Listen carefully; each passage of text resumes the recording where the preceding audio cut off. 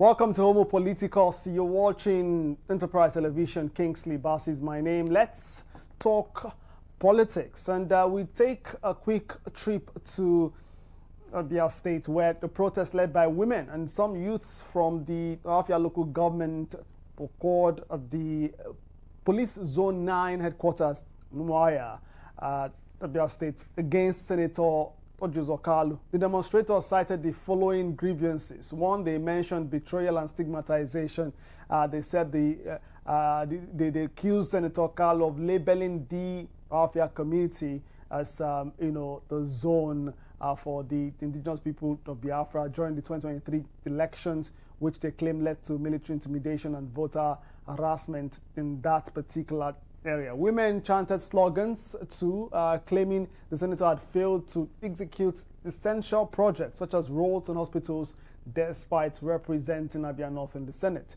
They talked about political rejection too. They declared Kalu persona non grata in Ohafia and vowed he would receive not a single vote in the forthcoming 2027 general elections. There were other wishes that were not so palatable. Whether you impressed with someone's representation or not, it was further, that protest rather was further marked by intense use of language, some very strong languages, with some women, chanting those languages and wishes and curses against the lawmaker. The demonstration at Zone 9 turned tense. Reportedly, as security operatives reportedly used tear gas to disperse the crowd. And following the initial declaration of the senator as persona non grata, the Council of Ohafia Monarchs have reportedly issued a statement nullifying that ban, citing constitutional rights to freedom of movement, though this did not immediately douse the public anger seen during the protest. And let's get talking about this today. This cannot, since we're talking politics, it is closely tied to 2027. The lawmaker and former governor, two-term governor of the state, had promised that he was going to campaigning aggressively when campaigns begin, and that is campaign for President Bola Tinubu in the All Progressives Congress. Maybe that's part of the reasons these women have taken to the streets. But we're joined now by Dr. Maxwell Okpara, is a legal practitioner. He joins the conversation virtually to dissect this story. Dr. Maxwell, many thanks for joining me today. It's my pleasure to be here. Good afternoon, Nigerians. Good afternoon, everybody. Appreciate that.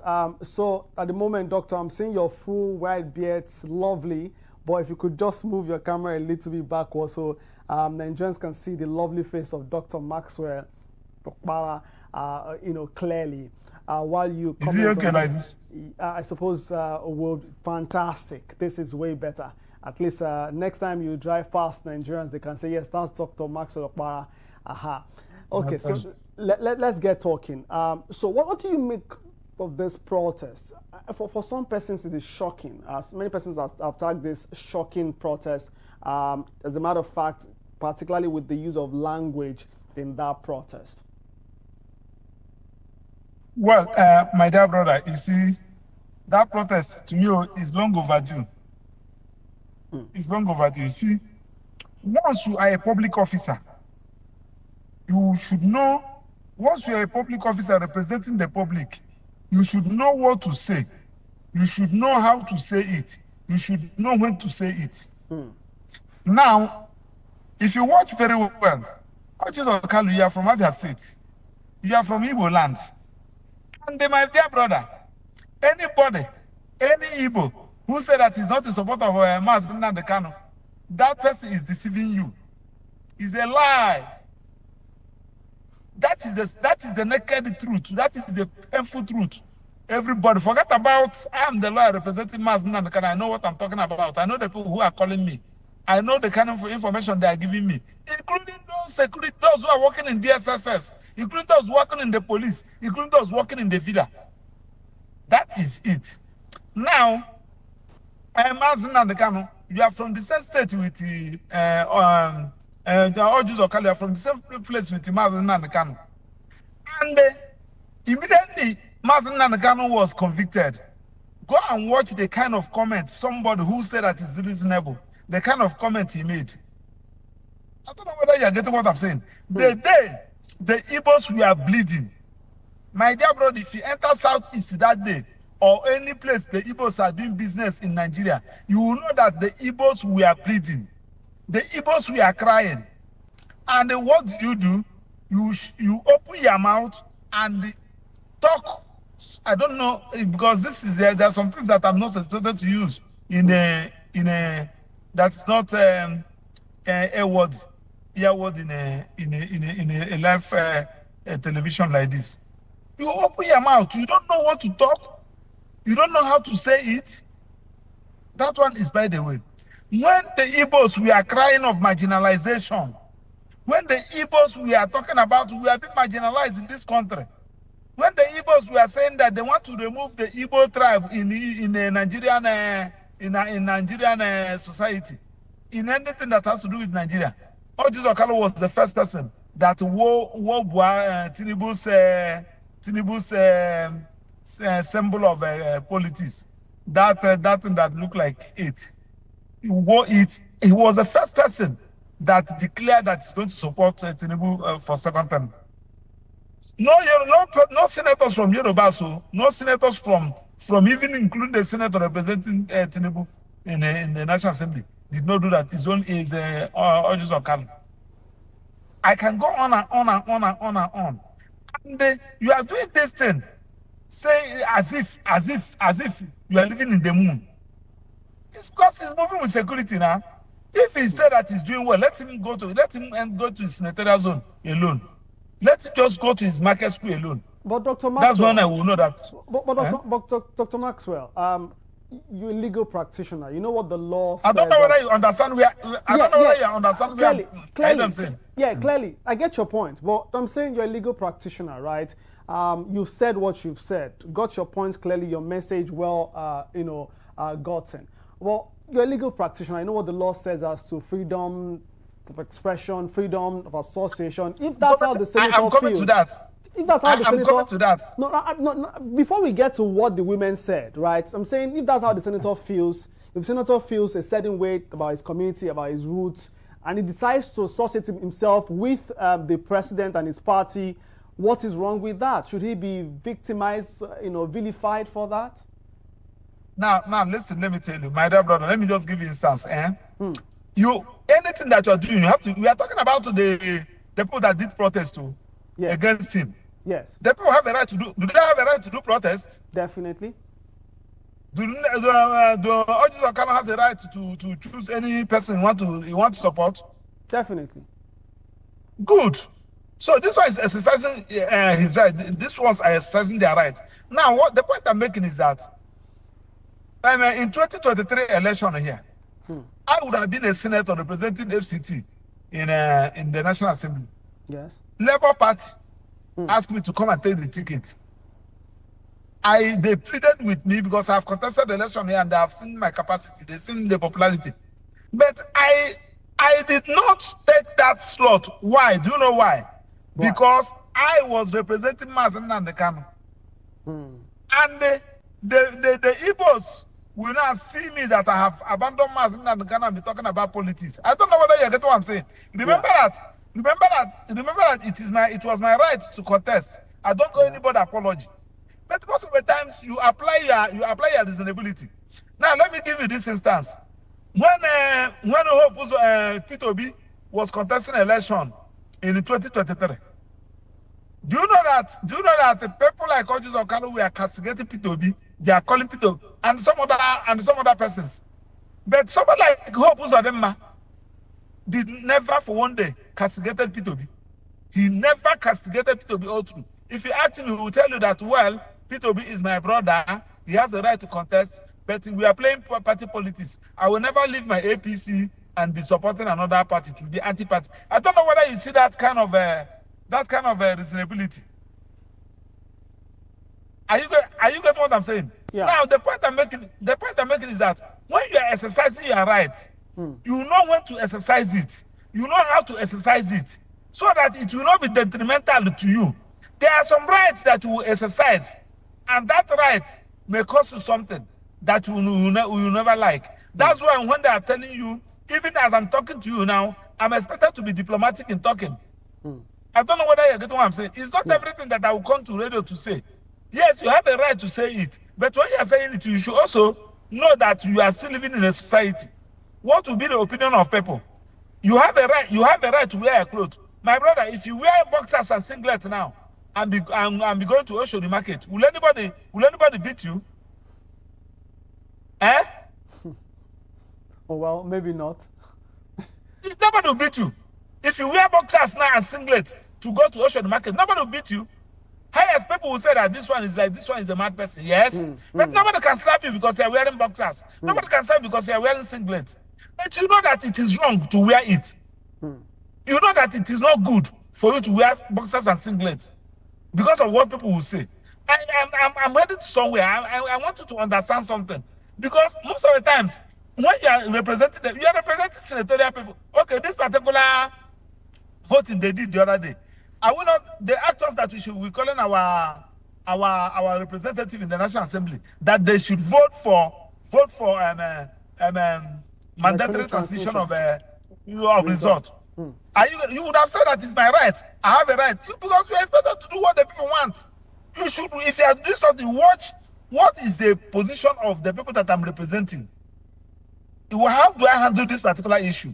This issue is sensitive. There's some decision I will take. These people will vote against me. They may protest against me. They may raise alarm against me. So that's why I said I don't see his reasonability. All right. Let's talk then about the demands.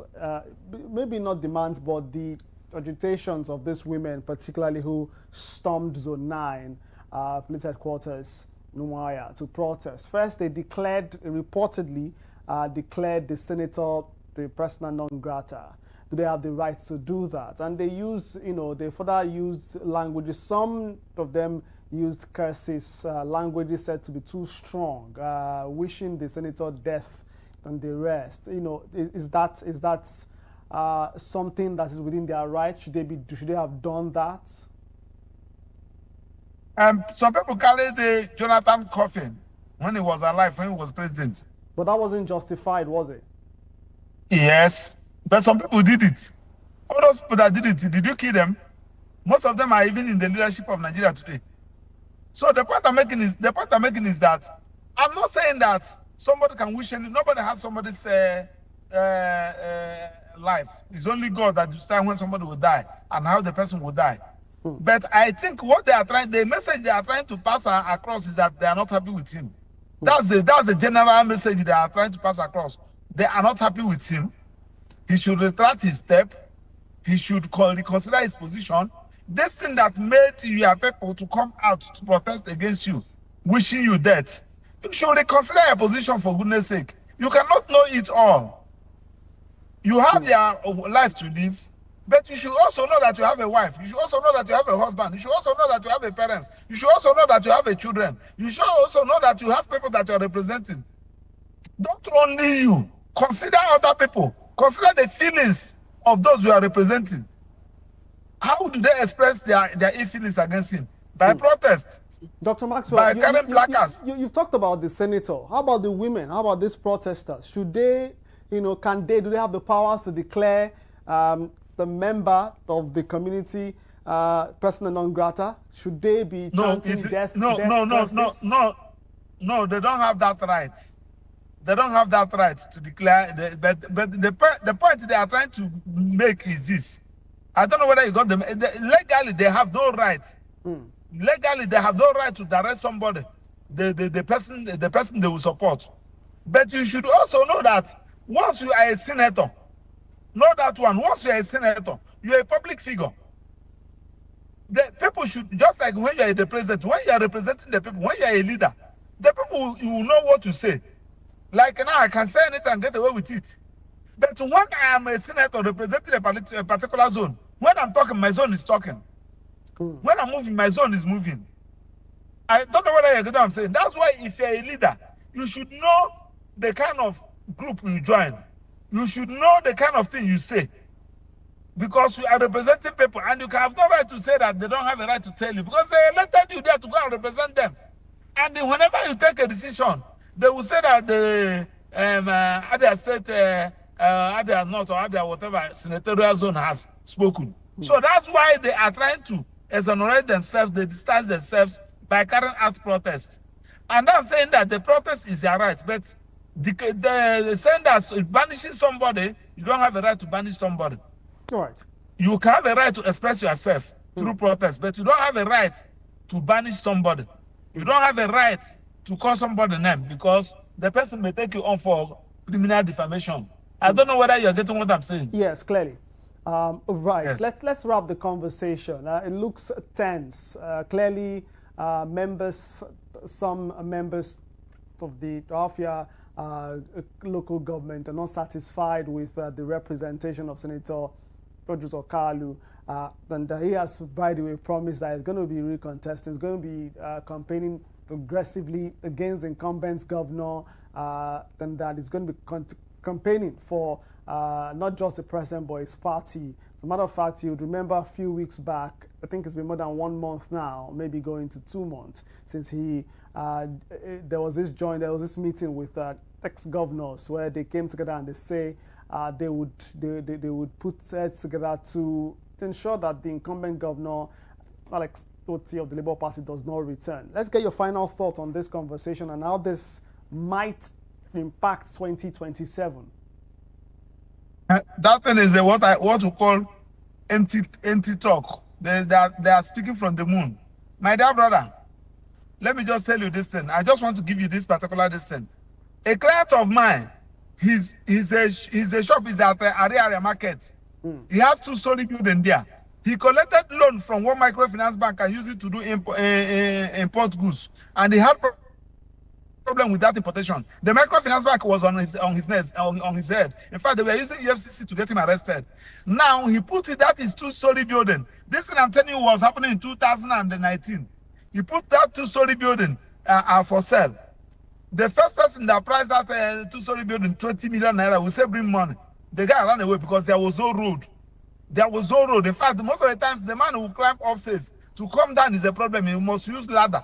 That place is flooded. He was asking somebody to come and pay that 2-story building 15 million naira. That was in 2020. Nobody came. Otina came and built that place. As I'm talking to you now, somebody has priced that 2-story building 250 million naira. He said that it's not selling. Now, is that the person that you are going to say that? I'm just using that one as an instance. He told me that in 2027, according to what my client told me, Ikechukwu is the name, that he's going to sink his money in Otis campaign. He's not a politician. I can go on and on and on. Those people, they are just making noise. We call it making noise. Go to Abia State now. If I have my way, if it will be possible for me, I don't think that it will be possible for me, I will go to Abia to vote for Oti. I don't know him. I don't care to know him. But if you know Abba before and you know Abba when Oti came, my dear, you have every right to praise that man. I don't know. Go and so when you said that you are going to vote him out, voting out for what? To rig the election? I'm telling you, Nigerians, we are out. Nobody, we are not going to court. Nobody's going to court. We are going to sort it out in polling booth. They should get ready. Nigerians, we are going to either we get it right in 2027 or we forget about this country called Nigeria. We will get it right. So that's why Oti told them that if you want to come and rig election in Abia State, write your will. Any politician who is thinking about rigging election in 2027 should write his will. Nigerians are out. You see the little show we gave them 2 days ago, and in the protest, where they have to reconvene and pass and do what Nigerians.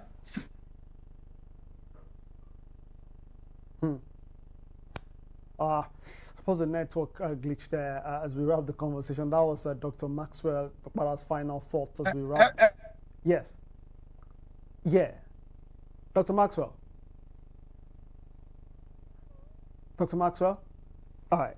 Dr. Maxwell Okpara. Can you hear me?